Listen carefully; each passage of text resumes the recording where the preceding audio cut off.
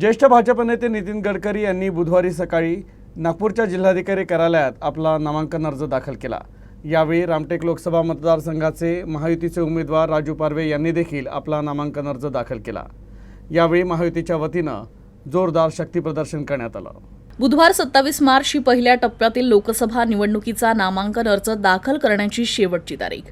केंद्रीय मंत्री आणि भाजपचे हेवीवेट नेते नितीन गडकरी यांनी बुधवारी आपला नामांकन अर्ज दाखल केला। मात्र नामांकन अर्ज दाखल करण्यापूर्वी त्यांनी आपल्या घरी सिद्धिवंत पूजा करत कुलदेवतेचा आशीर्वाद घेतला। यावेळी त्यांच्या कुटुंबातील सर्व सदस्यांसह राष्ट्रवादी काँग्रेसचे प्रफुल्ल पटेल, रामटेक लोकसभा मतदारसंघाचे महायुतीचे उमेदवार राजू पारवे, उपमुख्यमंत्री देवेंद्र फडणवीस, भाजप प्रदेशाध्यक्ष चंद्रशेखर बावनकुळे उपस्थित होते।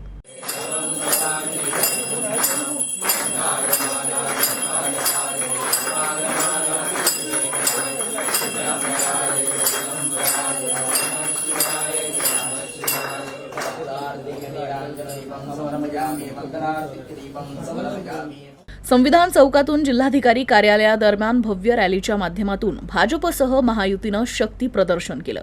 तर विशेष रूपानं तयार करण्यात आलेल्या जीपमध्ये गडकरींसोबत ज्येष्ठ नेते तसेच सुलेखा कुंभारे, आशिष देशमुख देखील उपस्थित होते।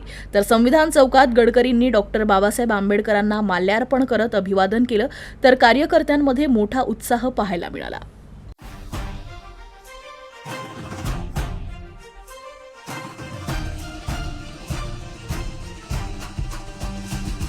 बंजर ज़मीं से जल मिलेगा।